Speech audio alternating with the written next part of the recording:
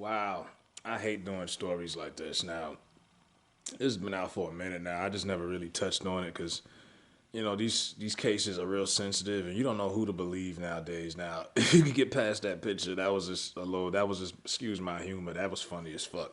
Because, you got pictures like that floating around, it's kind of hard to take somebody serious. It's like, okay, this nigga probably is a freak behind closed doors. But with all seriousness, because you don't know who does what behind closed doors, but when I look at what they're accusing him for, it's like his lawyer said, and his lawyer's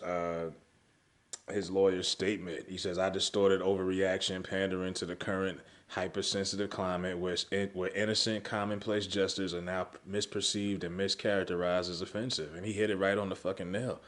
I mean, these women are accusing this man of grabbing their ass at a club or a kiss on the cheek. When you go out to a nightclub, that's regular behavior. I'm not saying if a guy grabs your ass and follows you to the bathroom, that's different. But guys grabbing ass or grabbing a girl's waist, that's regular nightclub behavior. And this is the type of shit that you're trying to, accuse this man of. You're trying to sue him for that. I just think like it's crazy. And then, it reminds me the Me Too movement just had their second year anniversary, and Tarana Burke, she created Me Too. She is ridiculous. She's hideous. I'm sorry.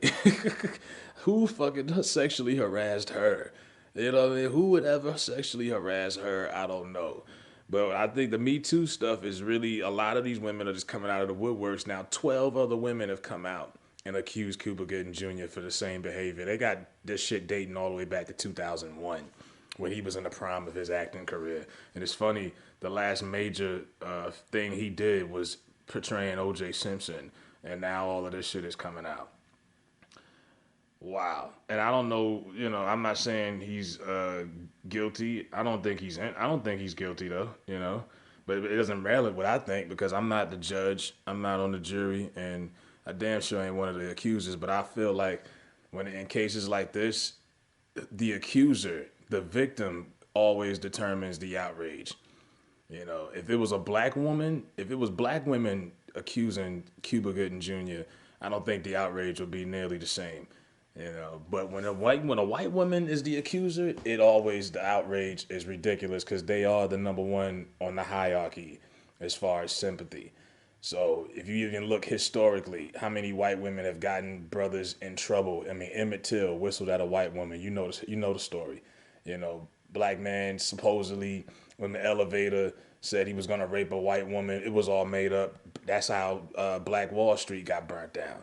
You know what I mean? So historically, they just, when a white woman accuses a black man of something, you could look at Bill Cosby sitting in jail at fucking 100 years old, sitting in jail. They determine the outrage. And I'm pretty sure these are white women that are out here accusing Cuba Gooding Jr. 9 times out of 10. I mean, the stuff that they're saying, oh, he touched my ass. He did. You went to the club and you walking around half naked with your titties out, your breast meat hanging out your fucking top, and your ass is hanging out, and you got drinks and whatever drugs in your system. That's regular club behavior. I'm sorry. If that bothers you, you need to put on some clothes or you need to stay the fuck home. But I mean, I don't think, this is a reflection of his character. He's never had any legal issues. He's never had any, I'm not saying whoever's a freak behind closed doors, you don't know, but these aren't rape allegations. And that's what I thought at first. And I'm like, okay, these are just grabby ass, come on, this is childish stuff. And sometimes these women have even come out and admitted that they were lying. But of course that doesn't get the same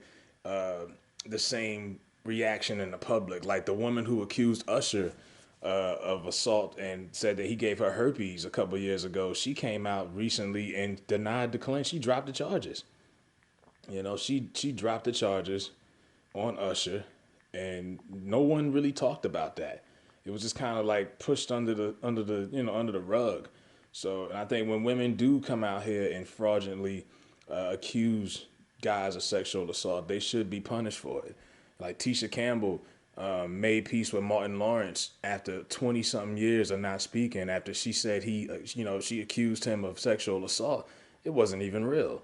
It was bullshit the whole time. She was just trying to get back at Martin because her husband was behind it. and it wasn't no real shit. I mean, everybody know that wasn't in Martin's character, but she basically admitted, by, getting back with him. Why would you get back cool with somebody if you accused them of sexually assaulting you? Because it wasn't fucking real. And it's unfortunate that a lot of these cats out here are having their reputations destroyed because of false accusations. Now, I'm not saying everybody is innocent, but when you put the clues together, the hints, some of this shit just don't add up. And this Me Too shit has gotten fucking ridiculous. I think it's nothing more than an attack on masculinity and men. It's nothing. It's just one of those feminist agendas. It's nonsense. And like I said, when the accusers are white women, that's when the outrage really hits an all time high. R. Kelly was able to get away with his nonsense for a long time, and Chicago knew about it. The industry knew. A lot of the fans we knew, and he was able to get away with it not because he was talented musically, but because the victims were fucking black women.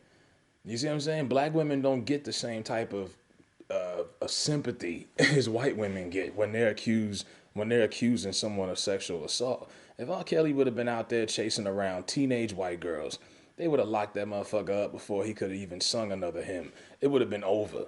He wouldn't have made it through 1995. If Aaliyah would have been Britney Spears or something like that, it wouldn't. Man, what? The outrage will always be determined on who the victim is, always. And in this case, Cuba Gooding Jr., it's the same thing with Bill Cosby. Now, the number's 12 right now. Let's see what that number's going to look like in a couple of months going into 2020. It might go up.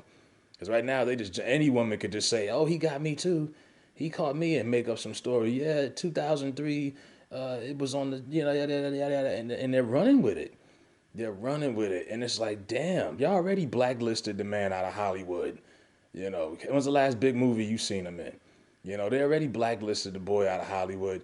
Don't fuck up his reputation too. I mean, that come on. But yeah, this is just ridiculous.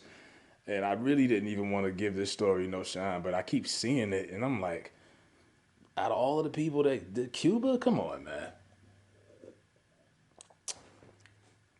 I don't know, man. Trey Styles, you need Furious Styles to come save the day. Furious Styles taught you better, okay?